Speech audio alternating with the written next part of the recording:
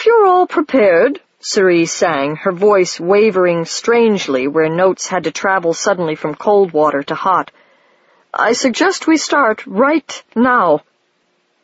The celebrants chorused muted agreement and began to spread out, forming the circle with which the song begins. Nita took her place between Fang and Ki, while Sri went to the heart of the circle.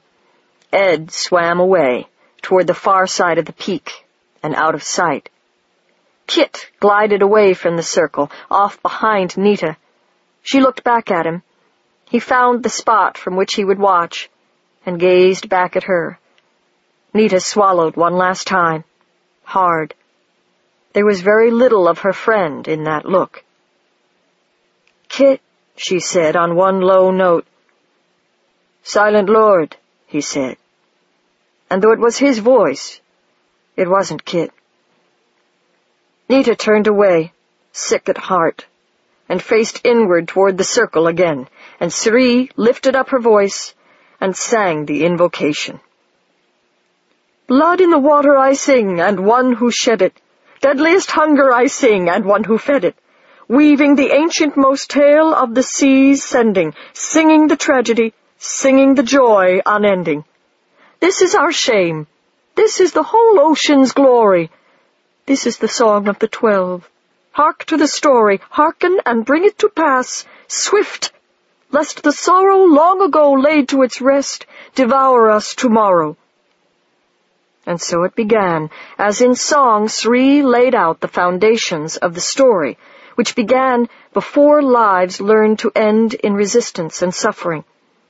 One by one the celebrants drew together, closing up the circle, named themselves to one another, and began to discuss the problem of running the sea to everyone's advantage. Chief among their problems at the moment was the sudden appearance of a new whale. It was puzzling. The sea had given them no warning, as she had in times past, that this was about to happen. But they were the Nihwinyi, the lords of the humors, and they would comport themselves as such. They would decide the question for themselves. Under whose mastery would the stranger fall? Nita, who had backed out of the circle after the invocation, hung shivering in the currentless water as the song shook the warm darkness about her. Part of what she felt was the same kind of trembling with excitement she had felt 100 times in school when she knew she was about to be called on. "I'm ready," she thought, trying to quiet herself. "This is silly. I know my part backward and forward. There's not that much of it. I'll do all right." But there was also something else going on. She had felt it start with the invocation and grow stronger with every passing second. That sense of something waking up, something rousing from sleepy malice, awakening to active, alert malevolence. "It waits," Ed had said. It was a certainty, as sure as looking up toward a lighted window and seeing the person who's been staring at you drop the curtain and turn away. She wrenched her attention back to the Blue, who was at the end of one of his long, stately passages. But it was hard. "Nay, slowly, sounder. Slow is the wise whale's song, and wise as slow. For he who hastens errs. Who errs learns grief. And not the master shark has teeth as fierce. Grief eats its prey alive, and pain grows greater as the grief devours, not less. So let this stranger sing his piece, what he desires of us. There's sea enough and time to hear him, though he sing the darkened moon to full and back again. Aye, let him speak." And to Nita's shock and fascinated horror, an answer came. The voice that raised itself in the stillness of the great depths was the sonic equivalent of the thing one sees out the corner of one's eye, then turns to find gone, or imagined. It did not shake the water. It roused no echoes. Anita was not alone in hearing it. She saw the encircled celebrants look uneasily at one another. On the far side of the circle, Kit's coolness was suddenly broken, and he stared at Nita like someone believing a myth for the first time. The innocent, gentle-spoken, unself-conscious evil in the new voice was terrifying. "With powers and dominations need I speak," sang that timbreless voice in quiet sincerity. "The ancient lords who hold the sea in sway, I pray thee, lords of the humours, hear me now. Last, least, and poorest of the new-made whales, new loosed from out the sea's great silent heart. No lord have I, therefore to ye I come, beseeching low thy counsel and thy rule for one that's homeless, lawless, mateless, lost." "Who art thou, then, that speakst?" sang Suri, beginning the singer's questioning. At the end of her verse she was answered in more soft-spoken, reasonable platitudes, words meant to lull the unwary and deceive the alert. And questions and answers continued until Nita realized that there had been a shift. Rather than the singer asking the stranger what he wanted, the stranger was telling the singer what he knew she wanted and could offer her, if only she would take the unspecified gift he would give her. Nita began shaking steadily now, and not from the cold. The insinuating power of that not-quite voice somehow frightened her worse than head-on conflict with the lone power had a couple of months ago. There the power had been easily seen in its true colors, but here it was hidden, and speaking as matter-of-factly as the voices in the back of one's own mind, whose advice one so often tends to follow without question. "Your mastery is hollow," said the voice to Suri. "Cold song, strict ruled by law. From such bland rule come no great musics. Singer, follow me, accept my gift and what it brings, and song shall truly have no master save for you. My gift will teach you lyric that will break the heart that hears it. Every sea-born voice will curse your newfound art and wish that art its own. Take up the gift, O foremost singer." Nita glanced over at Suri. She was trembling nearly as hard as Nita was, caught in the force of the temptation. Suri sang her refusal calmly enough, but Nita found herself wondering how much of that refusal was the ritual's and how much Suri's own. She began watching the other celebrants with as much care. Inuit sang the gazer's questioning and rejection with the outward attitude of mild unconcern that Nita had in their brief acquaintance come to associate with him. Arun's refusal of the prize offered the blue by the stranger, that of power over all the other whales, was more emphatic, though it came in his usual rich, leisurely manner. He sang not as if making ritual responses, but as if he rejected someone who swam in the circle with him and dared him to do something about it. After that, the unheard voice sounded less certain of itself, and also impatient.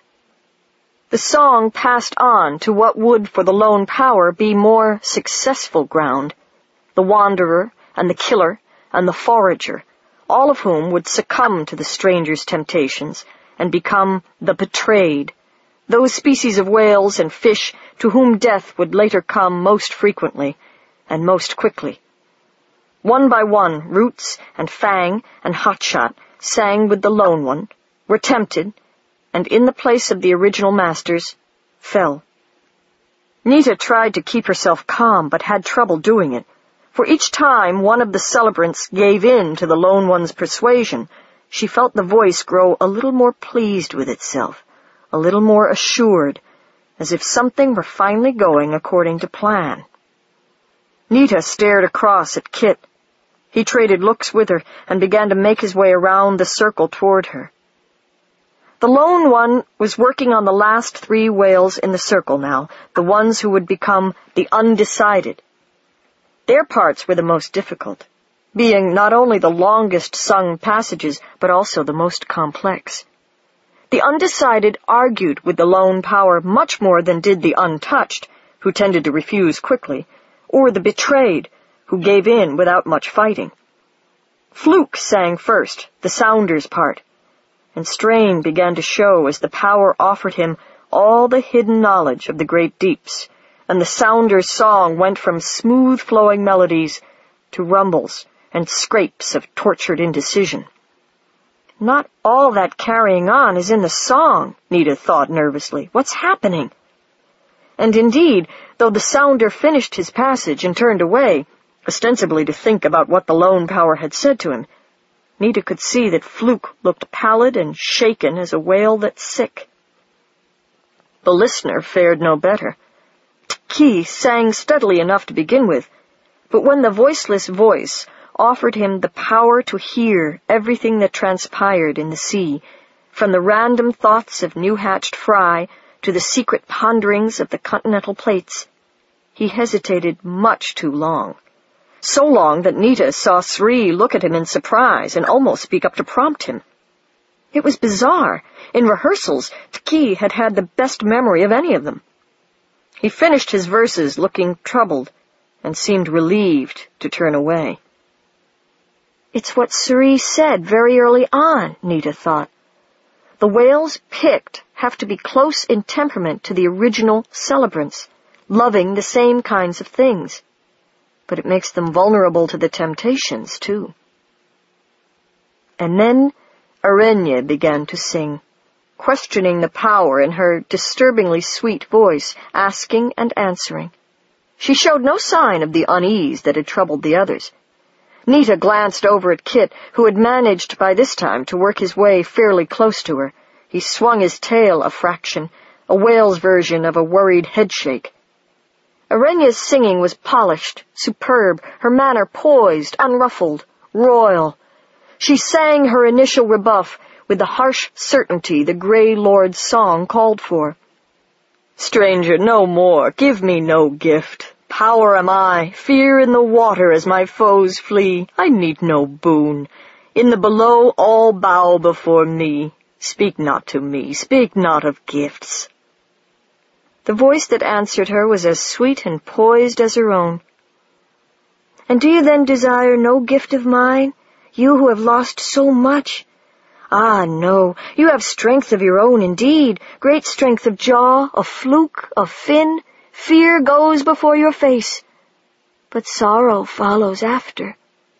What use strength when slaughtered children rot beneath the waves, when the sweet mouth that you gave suck is gone, rent to red tatters by the flensing knives, and when the second heart that beat by yours lies ground for dog's meat in a whaler's hull? Grey One, accept my gift and learn of strength." "That's not in the song." Nita stared in shock at Kit, then at the other celebrants, who, all but Arenya, were trading horrified looks. The sperm whale held very still, her eyes turned outward from the circle, and she shook as violently as Fluke had, or, for that matter, Nita. The lone power sang on. "Learn power.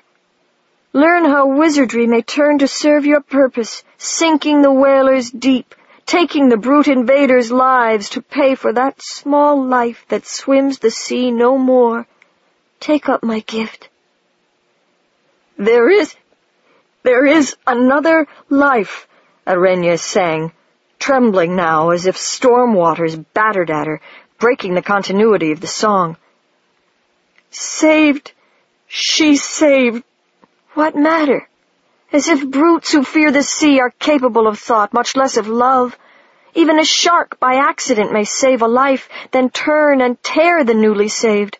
Take up my gift, and take a life for life, as it was done of old."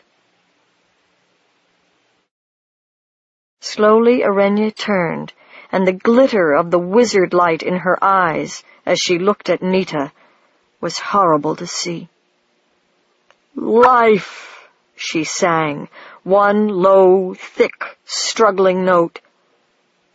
She leaped at Nita. In that second, Fang, on her left, arrowed in front of Arenya, punching her jaws away from Nita in time for Nita to roll out of their way. But Fang didn't recover from the blow in time to flee himself.